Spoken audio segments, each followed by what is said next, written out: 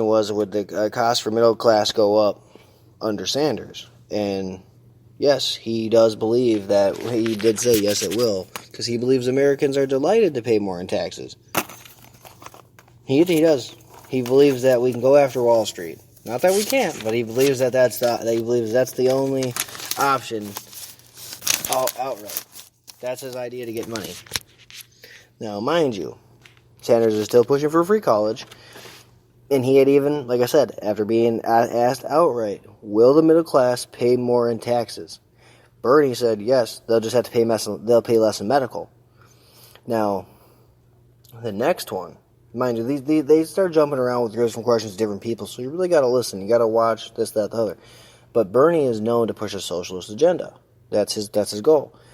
And him and Biden were throwing pop shots back at each other because they really they believe in some things, they don't believe in some things. That, it is what it is. And we're going to get to all that.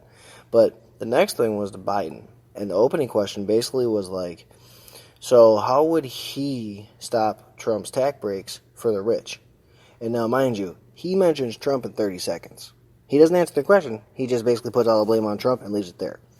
And now it goes to Harris. Harris chimed in, and instead of answering the first question, she pandered to the crowd, and then she started to blame Trump and Republicans for the tax bill that actually helps everybody.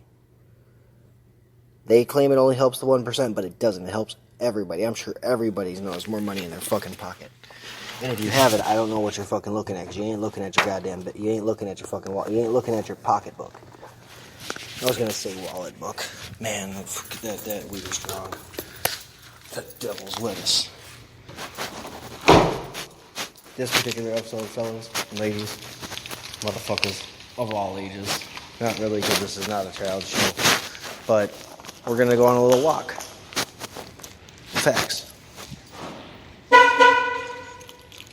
But now, mind you.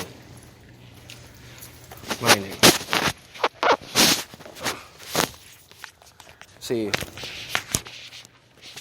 they all want to give free medical, like it's no biggie.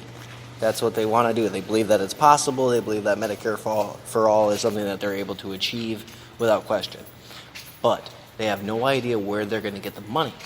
And now, see, it differs basically between everybody. Most of them want to do the Medicare for all. Some want to do no private sector, no options, no single buyers, no single payer, nothing like that. They want to make it straight across the board, government-ran business. That's what they want.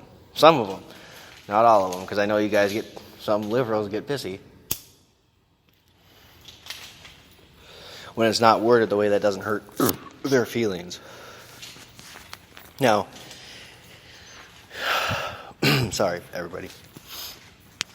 Harris wants to give the tax cut to families who make under $100K a year and give families $500 or more so extra a month, so that they're able to make it through the end of the month with dignity. Now, mind you, these are her words, with dignity. And I know a lot of people. I know a lot of middle-class families, a lot, because I live in the middle class. I have my whole life.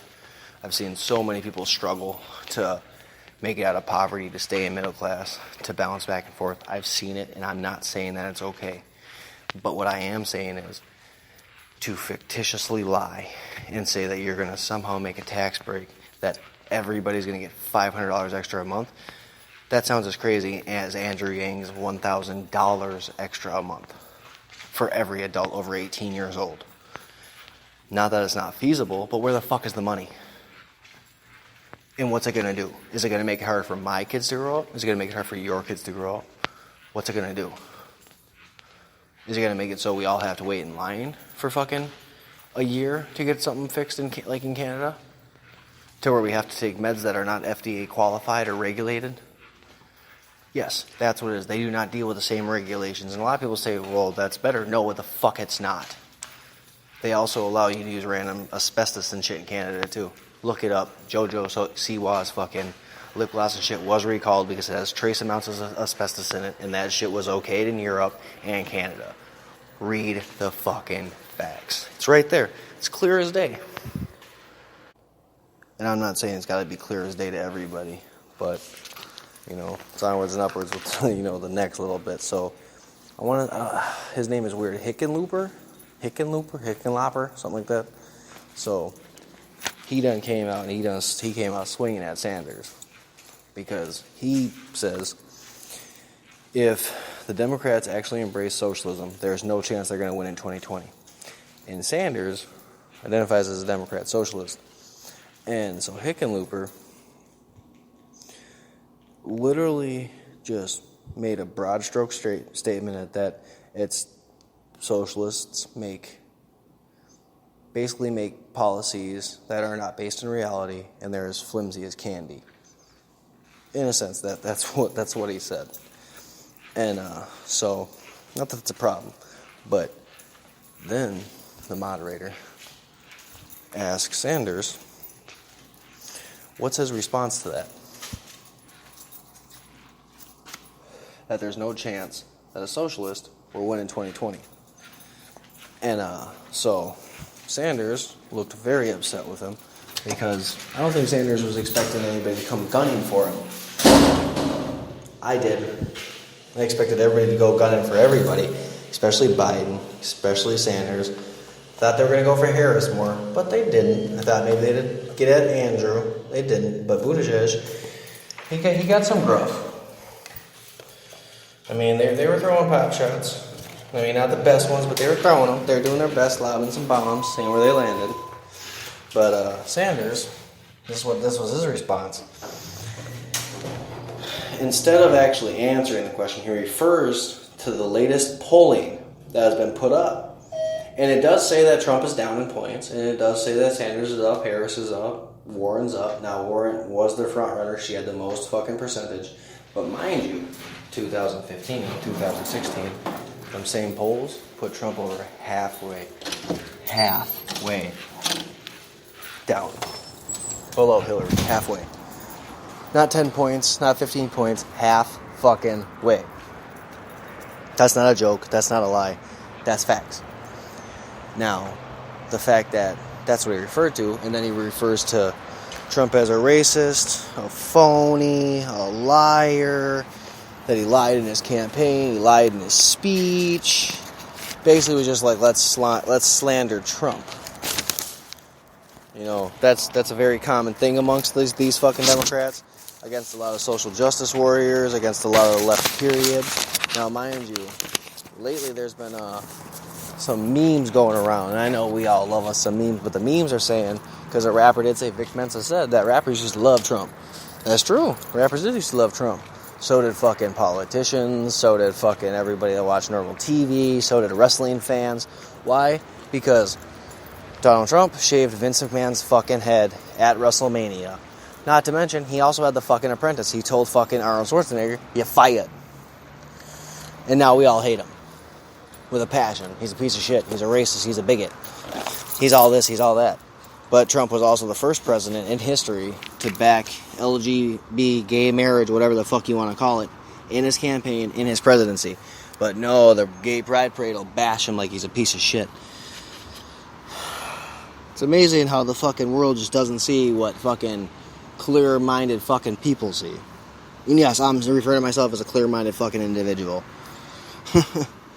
Then they went to Gillibrand, and she's pretty much campaigning, basically just saying fuck Trump, piggybacking on some Bernie shit. She continually attacks the NRA. After she backed them like 10 years ago, she did back them, and she's comparing capitalism to fucking greed. The lady makes some pretty far fucking stretches. It's not uncommon, but she does. And mind you, this was a big thing for me in the debate. A big thing. They had 60 seconds for the questions, and then 60 seconds to answer the original question, then 30 seconds for any follow-up responses. Not one of these adults could follow the rules or not talk over one of another to try to push their agenda, their plan, their thought, whatever it is, that a lot of them just talked over each other. It was like little kids yelling at each other. It was hard to listen to at some points, and it was irritating at others, entertaining at some. So it's definitely something you should check out. But whether you're a liberal, a conservative, an independent, fucking whatever you are, you should definitely check out the debates. Some of them are funny, some of them aren't, some of them are boring. It's reality. And then Bennett, Senator Bennett, I don't remember his actual first name. I kind of just wrote down their last names. But he was asked about the comments that is it possible for... He's the one that made the policy. He's the one that made the comments about the policies and proposals that weren't based in reality. That... like then Bennett also disagrees with Sanders on Medicare for All. He wants to finish fixing up Obamacare. That's his thing. But he had also the first question was like the campaign, like what are they running on, and he's pretty much saying like that. Like Bennett just basically was saying like socialism, it's not going to work, and that you need to be a Democrat in order to win. They need a Democrat in office to win. That's basically what he's banking on. And then, like I said, Buttigieg started with Spanish this time. The moderator asked a question in Spanish, and he answered it in Spanish. Somewhat half Spanish, half fucking English. And then when Bennett went in on Sanders about there's no possibility that policies and proposals have a basis in reality, you might as well call them candy, because they're not based in reality. And he goes, and then the lady asked, are you referring to any one of these candidates, or a proposal that was... a proposal that was a drug conviction, whatever it was. That was her question, and that's when he said he disagrees with Sanders, and then Gillibrand jumped to Sanders' defense and saying that she helped sign a part of the bill, this, that, the other thing. You really have to watch it. And when I say this, that, the other thing, it's a lot of it was a lot to write down. So I'm writing down these small notes. I'm giving my opinion on it. That's really what it is. A lot of the things that they said are fucking... They're just out there, particularly like giving the free college, not convicting illegal immigrants. They did break the law. They came over here illegally. There are ways to come here not illegally. I'm not saying that those ways are correct or they're right, but that's what they have to fix. That's what they have to fix. And the fact that the Democrats, some Democrats signed for it, 40 of them did, and a bunch didn't, and then you have the progressive Democrats that decided not to want to fund the border bill at all, not $1, hashtag, that's what AOC and Ilhan Omar said, not $1 and a couple others. They didn't want to fund anything, and then they boycotted the beds that Wayfair were going to donate to the detention centers. So, do you see how when they talk about we're going to do all this for immigrants, but their actual party fights it all the way through, it doesn't make a whole lot of sense. And that's what I'm saying. If you are not going into actually listening to the debate, knowing a whole lot of the facts, you're going to be fucking blindsided by a lot of lies and a lot of false promises and a lot of pandering and a lot of virtual signaling. That's what's going to happen. And like I said, Andrew Yang claims he's going to do the $1,000 a month.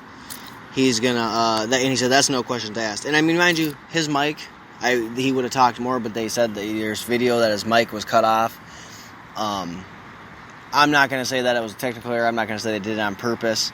I don't know.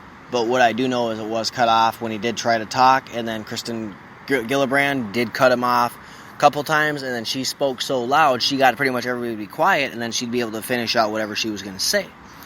And so, there's a lot of things...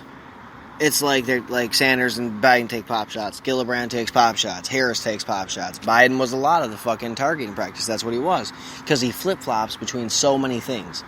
And I guess like another thing is like Sanders got upset at an old comment that was towards Biden. They basically Sanders, Gillibrand, and Harris talked over each other and refused to actually debate, and then referred to it, and then Harris referred to, let's not have a food fight, let's just make sure all the food ends up on the table, because the Americans want to know what the plan is. And that happened one time. They all ended up trying to cut each other off, trying to get their point in, and it didn't work. That was one specific example that it just didn't work. They were talking over each other that much, and it was just fucking insane. And then Harris, she had said that no American should have to work 2 or 3 jobs. And yeah, I mean, she quotes here, no American should have to work 2 or 3 jobs in 2019 in America. But then again, I know a lot of people that would rather work 2 or 3 jobs because they're chasing that almighty bag, that almighty dollar. And I'm not talking about they're chasing the bag of dope. I'm talking about they chasing that money bag.